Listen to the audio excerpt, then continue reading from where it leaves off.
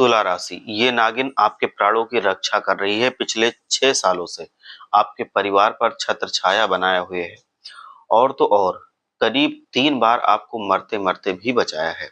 जी हाँ, तुला राशि, इस नागिन ने आपकी मौत से आपको बचाया है। यमराज आपके प्राण लेने आ गए थे, लेकिन इस नागिन के कारण यमराज ने भी आपके प्राण नहीं लिए। दोस्तों, बहुत बार मौत के मुंह से आप बाहर आए हैं। कई बार आपका वाहन से एक्सीडेंट होते-होते बचा है। सोचते होंगे कि आपके कर्मों ने आपको बचाया होगा या फिर आपकी अच्छी किस्मत होगी, लेकिन आप ये नहीं जानते हैं कि आपकी जान तो इस नागिन ने बचाई है और ये नागिन पिछले 6 सालों से आपके घर के इस कमरे में रह रही है। दोस्तों, ये नागिन नहीं बल्कि साक्षात एक देवी है और ये देवी और कोई नहीं बल्कि आपकी कुल देवी है या फिर आपके पूर्वज भी हो सकते हैं, क्योंकि हमारे पूर्वज किसी भी रूप में, किसी भी जीव आत्मा के रूप में हमारे घर में रहकर हमारे घर परिवार की रक्षा करते हैं। आज हम आप लोगों को इस बात के लिए अवगत कराएंगे कि इस नागिन की पहचान आप कैसे करें और इसके दर्शन कैसे करें और आप लोगों को क्या सावधानी रखनी चाहिए, क्योंकि आने वाले 7 दिनों में आपके जीवन में बहुत बड़ा परिवर्तन होगा। आपके परिवार को ईंट से ईंट बजाने पड़ेगी। दोस्तों, ये नागिन ने कई बार आपको दर्शन दिए होंगे या फिर आपको कई बार महसूस हुआ होगा कि अपने घर में आपको कुछ बहुत बड़े दुख तकलीफ आ जाती है। आपको ऐसा लगता होगा कि इस बड़ी मुसीबत से बाहर अब कैसे निकलेंगे या नहीं निकल पाएंगे। लेकिन इस देवी ने आपको हर बार बड़ी मुसीबत से बचाया है। आप समझ तक नहीं पाते, क्योंकि आप तो यही सोचते हैं कि आपके नसीब अच्छे हैं। इसलिए इस देवी ने आपके प्राण कई बार बचाए हैं और आपको अनहोनियों से बचाया है। लेकिन ये होती है ये देवी और आप समझते हैं कि नसीब अच्छा है और इसीलिए आप सुरक्षित रह जाते हैं। दोस्तों, आने वाले 7 दिन आपके लिए बहुत बड़े संकेत दे रहे हैं और ये देवता आपके घर में इस जगह पर रहते हैं। तुरंत जाओ और जो मांगना है मांग लो। लाखों करोड़ों चाहिए तो भी आपको मिल जाएंगे, क्योंकि ये देवता आपके ऊपर इतने मेहरबान हैं। इन देवता की कृपा से आप अपनी जिंदगी में हर मुकाम हासिल कर सकते हैं जो आप चाहते हैं। लेकिन हो जाइए सावधान, भूल कर भी आपको ये 3 काम नहीं करने हैं, वरना ये देवता आपसे नाराज हो जाएंगे और आपके घर को छोड़कर हमेशा हमेशा के लिए चले जाएंगे। आज की जो ये वीडियो है ये बहुत ही खास है आप सभी के लिए, क्योंकि इस वीडियो में आपको एक ऐसे राज की बात हम बताने वाले हैं जो आपको आज तक किसी ने नहीं बताई है। साथ ही आपकी फूटी किस्मत को आज ये वीडियो चमका देगी। तो शुरुआत से लेकर अंत तक हमारे साथ बने रहना, क्योंकि आज की वीडियो में हम 100% आपके सबूत के साथ आपको चीजें बताएंगे। वीडियो बहुत ही खास है, इसीलिए आज के इस वीडियो को लाइक जरूर करें। वीडियो को लाइक करके नीचे कमेंट बॉक्स में अवश्य लिखिएगा जय बजरंगबली। पवन पुत्र हनुमान जी आपके ऊपर कृपा बनाए रखेंगे। दोस्तों, आप सभी जानते हैं कि प्रत्येक देवी और देवता का एक वाहन होता है। हालांकि देवी देवताओं को कहीं आने जाने के लिए वाहन की जरूरत नहीं होती है, लेकिन इससे हम ये समझते हैं कि ये जो वाहन है ये कितने महत्वपूर्ण हैं। देवी देवताओं के वाहनों की असली कहानी क्या है, हम आपको ये भी बताएंगे। दोस्तों, पशुओं को भगवान के साथ नहीं जोड़ा जाता, तो शायद पशु के प्रति हिंसा का व्यवहार और ज्यादा होता। भारत में मनीषियों ने प्रकृति और उसमें रहने वाले जीवों की रक्षा का एक संकेत दिया है, एक संदेश दिया है। दोस्तों, हर जानवर, हर पशु किसी न किसी भगवान का प्रतिनिधित्व करता है, उनका वाहन है। इसीलिए दोस्तों, आपको अगर भगवान को प्रसन्न करना है तो आप उनके वाहनों को यानी कि इन जीवों को प्रसन्न कर सकते हैं। माता लक्ष्मी का वाहन होता है उल्लू, ये उनका प्रतिनिधि है। दोस्तों, उल्लू उल्लू माता लक्ष्मी का प्रतिनिधि है। उल्लू सबसे बुद्धिमान होता है। दोस्तों, उल्लू को भूत और भविष्य का ज्ञान पहले से ही हो जाता है। अगर आपके घर के आसपास उल्लू आपको दिखाई दे तो ये बहुत ही शुभ माना जाता है। इससे माता लक्ष्मी आपसे प्रसन्न रहती हैं। ये संकेत आपको मिलता है। अगर आपको आसपास कहीं पर भी उल्लू के दर्शन हो जाएं, तो मन ही मन उनसे प्रार्थना जरूर कर लेना। जो भी मनोकामना आप मांगेंगे वो पूरी हो जाएगी।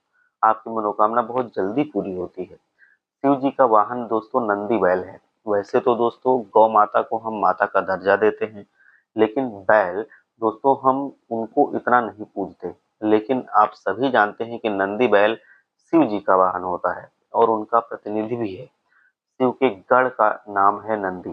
प्राचीन कालीन किताब जो भी शास्त्र हमारे हैं, धर्म शास्त्र हैं, मोक्ष शास्त्र हैं, इसमें ये सारी चीजें बताई गई हैं। और जितने भी हमारे धर्म शास्त्र, अर्थशास्त्र, मोक्ष शास्त्र हैं, इनके जो रचनाकार हैं, ये भी नंदी जी को बताया गया है। इसके रचनाकार नंदी जी हैं। दोस्तों, बैल खेती के लिए हल में जोते जाने वाला एक महत्वपूर्ण पशु है। इसीलिए अगर आपको बैल कहीं पर भी दिख जाए तो आपको दोस्तों रोटी अवश्य खिलानी चाहिए। जिस प्रकार आप गौ माता को रोटी खिलाते हैं, ठीक वैसे ही आप बैल को भी रोटी चारा अवश्य खिलाइए। इससे देवाधिदेव महादेव का आशीर्वाद आपको जरूर मिलता है। अब दोस्तों, एक बहुत ही दुर्लभ जानवर बाघ माता पार्वती का वाहन है। बाघ जो कि दोस्तों आसानी से शहरों में तो दिखाई नहीं जाएगा, जंगलों में भी ये बहुत कम दिखाई देते हैं। ये खूंखार होते हैं जंगलों में, या फिर दोस्तों कहीं पर वन विहारों में बाघ आसानी से देखने को मिल जाते हैं। माता पार्वती का वाहन बाघ है तो माँ दुर्गा का वाहन शेर है। माता दुर्गा को शेरा वाली भी कहा जाता है। बाघ को माता पार्वती का वाहन कहा जाता है। अगर इनके दर्शन आपको कहीं पर भी हो जाए तो समझ लीजिए कि बहुत बड़े पुण्य कर्म आपने किए होंगे, क्योंकि इनके दर्शन हर किसी के बस में नहीं होता है, हर किसी के भाग्य में नहीं होता है, और ना ही कमजोर दिल वालों के लिए इस बस की बात है। अब दोस्तों, ऐसे जीव के बारे में बात करते हैं जिसको देखकर कई बार इंसान डर भी जाता है, कई बार इनको मारने तक उतावला हो जाता है। मूसक यानी कि चूहा गणेश जी का वाहन है। दोस्तों, चूहे अक्सर घरों में आते हैं तो कई लोग चूहे को मारने के लिए दवाई रख देते हैं। कई लोग चूहों को मारने के लिए तरह तरह के हथकंडे अपनाने लगते हैं। परंतु आप सभी नहीं जानते कि गणेश जी का वाहन मूसक है, यानी कि चूहा। और चूहा अगर आपके घर में है और अगर वो नुकसान कर रहा है आपके घर में, तो आप चाहें तो उनको पिंजड़े में बंद करके कहीं दूर ले जा करके रख सकते हैं, परंतु उनको मारना बिल्कुल नहीं है, उनको हानि बिल्कुल भी नहीं पहुंचानी है। ऐसा करने से गणेश जी दोस्तों क्रोधित हो जाते हैं और आपको फिर भारी इसकी कीमत चुकानी पड़ती है। अगर आपको अपने घर में कहीं पर मूसक यानी कि चूहे नजर आ जाए तो तुरंत दोस्तों 2 अगरबत्ती आप लोगों को गणेश जी के मंदिर में या फिर अपने घर में लगा देनी चाहिए गणेश जी के नाम से, और मनोकामना जो भी आपकी हो वो तुरंत मांग लेनी चाहिए। आपकी मनोकामना गणेश जी जरूर पूरा करते हैं। कार्तिकेय भगवान का वाहन है मयूर यानी कि मोर। मोर भी अगर आपको कहीं पर दिख जाए तो दोस्तों इससे कार्तिकेय भगवान का आशीर्वाद मिलता है। अगली चीज है दोस्तों कुत्ता। कुत्ता जो है ये भैरव बाबा का प्रतिनिधि है। काला कुत्ता जो होता है दोस्तों, ये विशेष रूप से महत्वपूर्ण माना जाता है। शनिदेव भी इन्हीं के प्रतिनिधि माने जाते हैं। दोस्तों, ऐसे में कहीं पर भी आपको अगर काला कुत्ता दिख जाए तो उसको रोटी तुरंत खिलानी चाहिए। अगर आपके घर के आसपास कुत्ते रहते हैं तो दोस्तों बहुत आप भाग्यशाली हैं। इन कुत्तों को आप अवश्य कभी सप्ताह में 1 बार या 2 बार, महीने में या नियमित आप ऐसा नियम बना लें कि उनको रोटी या बिस्किट अवश्य खिलाएं। इससे कर्म अच्छे होते हैं। अगर जीव है दोस्तों गौ माता, इनके बारे में तो हमें बताने की जरूरत ही नहीं है, क्योंकि गौ माता के बारे में तो सब लोग जानते हैं। क्योंकि सभी जानते हैं गौ माता में 33 कोटि देवी देवताओं का वास होता है। इसीलिए गौ माता जब भी आपके घर के आसपास आपको नजर आ जाए तुरंत उनको रोटी अवश्य खिलाइए। अब गौ माता को रोटी अगर आप खिलाते हैं तो दोस्तों इससे आपको बहुत ज्यादा लाभ प्राप्त होते हैं। अब दोस्तों अगली बात करते हैं सांप की। दोस्तों, सांपों को देखकर हर एक इंसान डर जाता है, स्वाभाविक है, डरना भी चाहिए। हर एक इंसान दोस्तों सांपों से देखकर रोंगटे खड़े हो जाते हैं, परंतु सांप मिलना आजकल बहुत दुर्लभ हो चुका है। परंतु अगर आपको साफ साफ सांप दिख जाए, आपके घर में सांप निकल आए, तो दोस्तों कोई संकेत हो सकता है कि देवी देवता आपके संपर्क में हैं या संपर्क करना चाहते हैं। आपकी भक्ति से देवी देवता प्रसन्न है, या फिर आपके किसी दोस्त को गलत देवी देवता को कुछ छेड़ा है, कुछ ऐसा भी इसका संकेत होता है कि देवी देवता नाराज है। क्योंकि जब ये दर्शन होते हैं तो इसके पीछे 2 वजह होती है, या तो आपसे वह प्रसन्न है या तो आपसे वह नाराज है, या फिर जब आपके आसपास का कोई उनको छेड़ता है तब भी वो आपको दिखाई दे सकते हैं। मतलब कोई आपका दोस्त है, आपके घर वाले हैं, वो भी जब छेड़ेंगे तब भी वो सांप दिखाई दे सकते हैं। घर के कुल देवी कुल देवता दोस्तों इनके रूप में भी आपके सामने आ सकते हैं। दोस्तों, वंश जो भी कुल देवी कुल देवता हैं, अगर ये सांप के रूप में आपको दर्शन देते हैं तो भी आपको उनको नमस्कार करना चाहिए। तो अगर आपके घर में कभी भी आपको सांप दिख जाए तो समझ जाना कि आपके कुल देवी या कुल देवता आपसे संपर्क साधना चाहते हैं, आपको कोई संकेत दे रहे हैं। अगर आपने हाल ही में कुछ गलत चीज की है, आप देवी देवताओं को नहीं पूजते हैं, कुल देवी कुल देवता को नहीं मान रहे हैं, तो शुरू कर दीजिए, क्योंकि इनके दर्शन होना बहुत दुर्लभ है और आपने दर्शन कर लिए तो इसका मतलब है आपको ये संकेत मिल रहा है कि आपको दोस्तों अब कुल देवी कुल देवता आपके संपर्क में आना चाहते हैं। आपको तुरंत ही उनको पूजना शुरू कर देना चाहिए। कुल देवी देवता की पूजा अवश्य करनी चाहिए। और दोस्तों जब भी ये आपको दर्शन देते हैं, जितने भी जीवों के बारे में हमने कहा है, मन ही मन इनसे प्रार्थना कर लाभ की कामनाएं अवश्य करनी चाहिए, ये जरूर पूरी होती हैं। दोस्तों हम अक्सर देखते हैं कि पुराने घरों में आज भी कई पुराने जीव रहा करते हैं। हम पुराने लोगों से सुनते भी हैं कि यहाँ पर इस घर के पीछे या घर के अंदर या कहीं पर कई वर्षों से एक सांप रहता है जो अक्सर आए दिन दिखता रहता है। तो ऐसे हर घर में या फिर किसी न किसी घर में अवश्य होते हैं ये। तो ये दोस्तों हमारे पूर्वज के रूप में भी निवास करते हैं। तो दोस्तों पूर्वजों को भी हम देवता का रूप ही मानते हैं। पूर्वजों की पूजा अर्चना भी करना जरूरी होता है, क्योंकि जिस घर के पूर्वज उनके ऊपर पूरी तरह से प्रसन्न होते हैं, पूर्वजों की कृपा दृष्टि रहती है, वो घर हमेशा फलीभूत होता है, फलता फूलता है। उनके जीवन में कभी भी कष्ट नहीं आते हैं। लेकिन जिस घर के ऊपर पूर्वजों की कृपा नहीं होती है, कुल देवी कुल देवता की कृपा नहीं होती है, वो घर दोस्तों हमेशा हमेशा के लिए गरीब ही बना रहता है और उसमें तकलीफें आती रहती हैं। आपको ऐसा लगता है कि जीवन में सब कुछ बेकार चल रहा है, कुछ भी अच्छा नहीं है, सब पूरी निराशा रहती है। तो इसीलिए घर में प्रसन्नता का वातावरण रहेगा अगर आप कुल देवी कुल देवता और पूर्वजों को प्रसन्न रखेंगे। इससे आपके पूर्वज भी प्रसन्न रहते हैं। अगर कुल देवी कुल देवता भी प्रसन्न रहते हैं तो आप ये समझ लीजिए कि जीवन में सब कुछ आनंदमय चलता है। आपको दोस्तों मैं बताऊं कि अगर जीवन में आपके कोई मेहमान आता है, आपके घर में कोई मेहमान आता है, तो आपको बहुत अच्छे से उनकी आवाभगत करनी चाहिए, उनकी सेवा करनी चाहिए, क्योंकि इससे भी आपके घर में खुशनुमा माहौल बनता है और मेहमान जब आते हैं तो प्रसन्नता का वातावरण रहता है। साथ ही कोई पारिवारिक मसला अगर चल रहा था तो वो भी अब हल होने वाला है, पारिवारिक मसला हल हो जाएगा। अगर वहीं निवेश से संबंधित कार्यों के लिए भी हम बात करें तो समय अच्छा आपका आ रहा है। व्यक्तिगत अथवा परिवार से संबंधित कोई भी निर्णय लेने से पहले घर के लोगों की सलाह जरूर लें। ऐसा करना आपके लिए फायदेमंद रहेगा। नकारात्मक प्रवृत्ति के लोगों के साथ ज्यादा मेल जोल ना करें। जो दोस्त नकारात्मक प्रवृत्ति का हो, यानी कि गलत संगति का हो, बहुत ही गलत काम करता हो, गलत कर्म करता हो, भगवान को नहीं मानता हो, ऐसे लोगों से संबंध नहीं रखना चाहिए। क्योंकि ऐसे लोगों को अगर आप संबंध रखेंगे तो समझ लो कि खुद आप अपने पैरों पर कुल्हाड़ी मार रहे हैं। इसीलिए लोगों के साथ संगति बहुत ध्यान से करनी चाहिए। अगर वो संगति के लायक है तभी आप कीजिए। वहीं मैं बताऊं, आपके मामा पक्ष से आपको संबंधों में खटास उत्पन्न हो सकती है, क्योंकि अगर आप कहीं पर किसी भी चीज के लिए जिद में अड़ेंगे तो ऐसा हो सकता है, लेकिन ये खटास आप अपनी तरफ से उत्पन्न ना होने दें। किसी कारणवश दोस्तों आपके संबंधों में खटास आने की संभावना बन रही है, परंतु अगर आप पहले से ही ध्यान देंगे, चीजों को समझे रहेंगे, तो सही रहेगा, आप इस मामले को आगे नहीं बढ़ने देंगे। दोस्तों वहीं कार्य क्षेत्र में स्टाफ के बीच कुछ राजनीति जैसा माहौल बन सकता है और उसका नकारात्मक असर आपकी कार्य क्षमता पर भी पड़ेगा। बेहतर होगा कि सभी गतिविधियां अपनी देखरेख में की जाएं। नौकरी वाले लोग ध्यान से सुने कि अतिरिक्त कार्यभार की वजह से आपको ऑफिस भी जाना पड़ सकता है और वहां पर वर्क टाइम आपको बढ़ाना पड़ सकता है, मतलब आपको एक्स्ट्रा काम करना पड़ सकता है।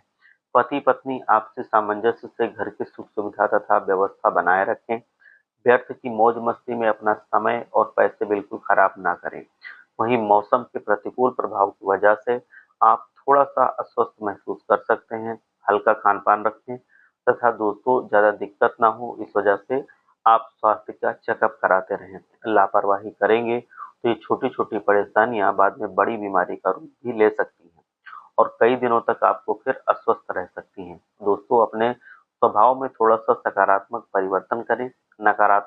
पर ध्यान ना दें। दोस्तों, हर एक काम का असर आपके विचार और स्वभाव पर हो सकता है। जब तक बातें स्पष्ट नहीं होती हैं, तब तक इन बातों की चर्चा किसी भी व्यक्ति के सामने ना करें, वरना गलतफहमी से आपका नुकसान हो सकता है। आप भावनाओं पर नियंत्रण रखें। दोस्तों, कभी-कभी हम बहुत ज़्यादा दिल से सोचने लगते हैं। कभी-कभी हम इतना सोच लेते हैं, इतना ओवरथिंकिंग कर लेते हैं कि दोस्तों हम बहुत ज़्यादा उदास होने लगते हैं। कभी किसी इंसान से हम बहुत ज़्यादा उम्मीदें लगाने लगते हैं। सोच-सोच कर ही दोस्तों हमारा दिमाग ऐसा हो जाता है कि अब मैं बताऊँ कि मैं ये कर लूँगा, मैं वो कर लूँगा, पता नहीं क्या-क्या दिमाग में ख़्याल आने लगता है। और दोस्तों, कई बार हम बहुत उम्मीदें लगा लेते हैं, बहुत भावनाओं में बह जाते हैं। इन सभी चीज़ों से बाहर आना ज़रूरी है। इन चीज़ों पर आपको लगाम लगानी ज़रूरी है। जितना ज़्यादा आप सोचेंगे, जितना ज़्यादा दिमाग पर लोड लगाएँगे, उतना ही चीज़ें अव्यवस्थित होंगी, उतना ही ज़िंदगी में आपके दुःख आएगा, उतना ही आप दोस्तों ध्यान नहीं लगा पाओगे किसी भी काम में। दोस्तों, कामकाज के लिहाज से ये सप्ताह, अब जो 7 दिन आने वाले हैं, आपके लिए महत्वपूर्ण रहने वाले हैं। नौकरी पेशा जातकों का प्रमोशन हो सकता है, हालाँकि आप पर ज़िम्मेदारियों का बोझ भी बढ़ेगा। आपको और कड़ा परिश्रम करने की हम सलाह देते हैं। व्यापार से जुड़े जातकों की आर्थिक स्थिति में सुधार आएगा। इस दौरान आपको जबरदस्त आर्थिक फायदा हो सकता है। पारिवारिक जीवन में स्थितियां आपके अच्छी बनी रहेंगी। यदि घर के सदस्यों के साथ आपका मनमुटाव चल रहा है, तो इस दौरान आपके बीच सब कुछ सामान्य हो सकता है, सब कुछ अच्छा हो सकता है। सप्ताह के अंत में आपको यात्रा करने का अवसर प्राप्त होगा। आपकी यह यात्रा बहुत ही मजेदार रहने वाली है। सेहत के मामले में ये सप्ताह औसत रहेगा। प्यार मोहब्बत के मामले में ये सप्ताह आपके लिए कुछ विवादास्पद रहने वाला है। किसी तीसरे की दखलंदाजी के कारण पार्टनर के साथ आपका झगड़ा हो सकता है। पैसों की स्थिति में गिरावट आ सकती है। धन हानि के संकेत मिल रहे हैं। ये सब आपके गलत फैसलों का ही नतीजा होगा। व्यापार से जुड़े जातकों को अपनी व्यावसायिक योजनाएं गुप्त रखने की सलाह देते हैं, अन्यथा विरोधी के कार्य में बाधा आप डाल सकते हैं। नौकरी पेशा जातकों को सहकर्मियों के साथ तालमेल अच्छा रखने की कोशिश करनी चाहिए। जरूरत पड़ने पर आप एक दूसरे की मदद जरूर करें। सेहत में सुधार आने से इस अवधि में आप बेहतर महसूस करेंगे। अगर आप अविवाहित हैं और आपको मन जीवन साथी की तलाश कर रहा है, तो इस अवधि में आपका ये जो सपना है ये पूरा हो सकता है। जल्द ही आप परिणय सूत्र में मतलब विवाह के बंधन में बंध सकते हैं। माता पिता की सेहत अच्छी रहेगी और उनका आशीर्वाद आपको मिलता रहेगा। कामकाज को लेकर इस दौरान आप काफी व्यस्त रहेंगे। सरकारी नौकरी करने वाले जातकों की तरक्की का योग बन रहा है। वहीं प्राइवेट नौकरी करने वाले लोगों को भी अपनी मेहनत के अनुरूप परिणाम अवश्य मिलेगा। व्यापारियों को आय का नया स्रोत प्राप्त होगा और इस दौरान आपकी आर्थिक स्थिति में सुधार होने की संभावना है। स्वास्थ्य से जुड़ी परेशानी दूर होगी। कैरियर अब आपका बढ़ जाएगा, मतलब कैरियर जो आपका गड़बड़ चल रहा था, तो उसका ग्राफ अब बढ़ने लगेगा। आप अपने जीवन में यहाँ से सफलता आगे प्राप्त करेंगे। लेकिन हर मुश्किल आपकी आसान तभी बनेगी जब आप बताई गई बातों को मानेंगे। आपको कठिन परिश्रम करना है। इस दौरान नौकरी से जुड़ी कोई समस्या हो सकती है, तो इसलिए आपको दूसरी नौकरी की तलाश भी कभी-कभी करनी पड़ सकती है। और अब आपके विरोधी जो हैं, वो हम आपको उनसे संभलने की सलाह देते हैं, क्योंकि विरोधी आपके काम में दखलंदाजी करेंगे, वो आपके काम को खराब करने की कोशिश करेंगे। व्यापार की बात करें तो इस बार अभी कुछ समय तक व्यापार आपका मुनाफा देता रहेगा, मतलब व्यापार में आपको कोई भी घाटा नहीं दिख रहा है। व्यापार आपका अच्छा ही रहेगा। आपके सभी काम बिना किसी बाधा के पूरे होंगे। इस अवधि में आप कुछ नई योजनाएं भी बनाएंगे। और अब ये समय जो है ये थोड़ा सा जैसे ही आगे बढ़ेगा चुनौतीपूर्ण हो सकता है। इस दौरान सरलता से पूरे होने वाले कार्यों में बाधा आ सकती है, लेकिन निकट भविष्य में नहीं, वो थोड़ा आगे जाकर के ऐसा हो सकता है। ऐसे में आपको नुकसान उठाना पड़ सकता है। धीरे धीरे परिस्थितियां फिर से सुधर जाएंगी। ये जो नुकसान वाला समय आएगा ये ज्यादा दिन तक नहीं रहेगा, जल्दी ही खत्म हो जाएगा। आपके कारोबार में फिर से तेजी आ जाएगी। आपको किसी व्यवस्थित प्रतिष्ठित अनुभवी व्यक्ति का सहयोग प्राप्त हो सकता है। वैवाहिक जीवन में स्थितियां आपके अनुकूल रहेंगी। जीवन साथी के साथ रिश्तों में मधुरता बढ़ेगी। आपके प्रिय अपनी जिम्मेदारियों को बखूबी से समझेंगे। उनका पूरा सहयोग भी आपको मिलता रहेगा। आपके घर में अब मांगलिक कार्यक्रम भी हो सकते हैं। ऐसे में आप अपने जीवन साथी के साथ इसमें बढ़ चढ़कर हिस्सा लेंगे और अब आपके जीवन में समझदारी से आप आगे बढ़ेंगे तो आपके जीवन में कोई भी दुख तकलीफ बड़ी नहीं आ सकती है। आपकी राशि के लोगों को अगर वो अविवाहित थे, विवाह करना चाहते थे तो उनको अच्छा जीवन साथी मिलने की पूरी पूरी संभावना है। आप लोग पूरी तरह से एक बार हमारे साथ जयकारा लगाएं। हर हर महादेव, जय भोलेनाथ।